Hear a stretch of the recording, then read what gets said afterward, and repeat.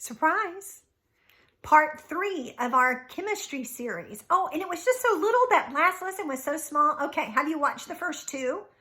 The first one was about phenylpropanoids. The second one was about sesquiterpenes. Okay, this last one is a sesquiterpene cousin. It's a monoterpene. Sesqua, we know about numbers. Mono, okay, so there we go. They're related, all right? So if you'll remember correctly, what I said sesquiterpenes did was they went all the way through the cell membrane, then they go all the way through the nuclear membrane, and they start examining the DNA within that particular cell. Why are things mispaired? It could be something that's genetically a genetic problem, hereditary problem. It could be an emotional problem. Yes, emotions that we either get from our parents. Oh, you're hearing me correctly because it's passed through genetic material. So things that we get passed from our parents, or even things that we encounter, trauma within ourselves that we've experienced within our world. What happens is that can sometimes cause those peptide chains to be paired to something that's not supposed to be paired. So peptide pairings. Really, just listen to me. I promise it's true. So what did that sesquiterpene do? It went in and went, oh, this is mispaired, and it flags it. I told you that sesquiterpenes are like a tattletale. In this particular case, a tattletale is a really good thing. So now we're going back to this gorgeous bottle. Yes, these 3 chemical compounds are all in frankincense, okay?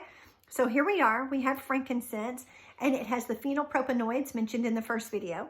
It has the sesquiterpenes mentioned in the second video, and today it has monoterpenes, okay? So monoterpenes come in and they see all of the genetic information that has been flagged improperly. Why does it know this?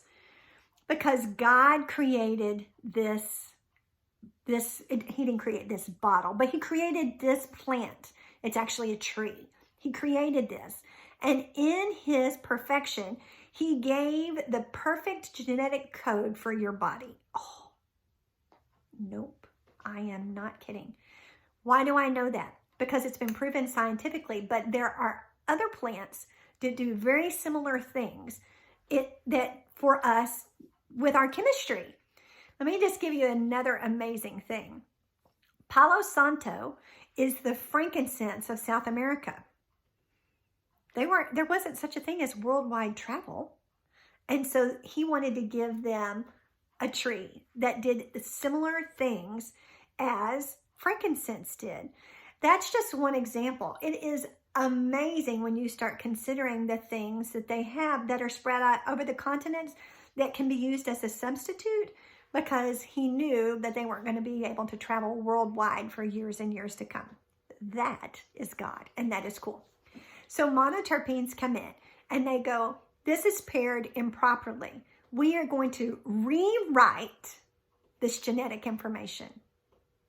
Holy cow. Okay, so my aunt once looked at me and said, is this going to change who we're related to? And she's winking at me at the time. Ha, ha, ha. No, it's not going to change who we're related to. It is actually going to go in and make what either you inherited or what happened to you in your past that was within your DNA, is going to make it the way God intended it to be. I am not kidding. No joke. So this will rewrite your genetic information. And you're like, yeah, okay, so it'll rewrite your genetic information. Let's talk about the number of cells you have all over your body. Trillions of cells. Trillions of cells. So if this lovely little compound needs to go in and rewrite the genetic information for all of these different cells all over your body, does it make sense to use this for a period of time? It is said roughly that, I'm sorry, I have a nose itch. There we go. That we are a completely new person every 4 months or so. There are some cells that turn over much more quickly, and there are some cells that take much, much, much longer. But an average is 4 months. So if your genetic information is rewritten, how is it done in that way? It is duplicated. This cell is going to die off. It only has so much of a lifespan, and it is going to duplicate its exact self and form another cell. You are replicating negative genetic material if you're carrying trauma, either from a parent or from something that has happened to you, from this cell to this cell. Now this cell died off, but this cell has the exact same genetic information as the old one did. I want my cells to work the way God intended them to function. So when I use frankincense, I use it for a period of time for at least 4 months.